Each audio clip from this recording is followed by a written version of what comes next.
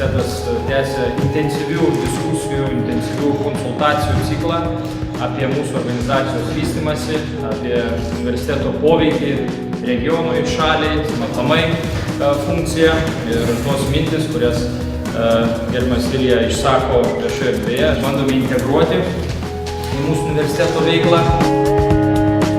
Pirmas dalykas, visada, ir aš tai girdėjau, sakysim, ir nuo savo kolegų, savo grupiokų, kad reiškia yra laikoma, kad mokslas yra labai atitrauktas nuo verslo, kad studijos yra atitrauktas nuo verslo, kad studentų labai daug priekaištavimų buvo, ką mes čia sėdim studijuojame, ten ansambusą keizą, o kaip veikia reali parduotuvė, ten koks jis yra verslo modelis, mes taip ir nesužinom. Iš tikrųjų, ant kiek glaudžiai, ant kiek praktiškai labai dažnai universitetai žiūri į verslo problemas, ant kiek arti jie yra gyvenime.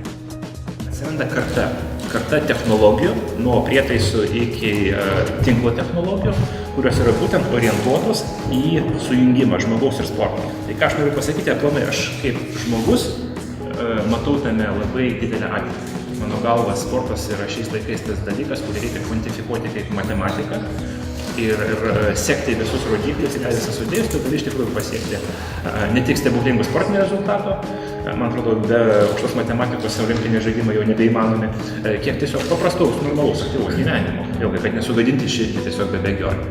Taigi atsiranda karta technologijų ir dabar be abejo tos technologijos yra iš fiziologinės pusės daug labiau suprantamos, aš taip spėju, šiai auditorijai negu, sakysime, Vilniaus universiteto programuotojams.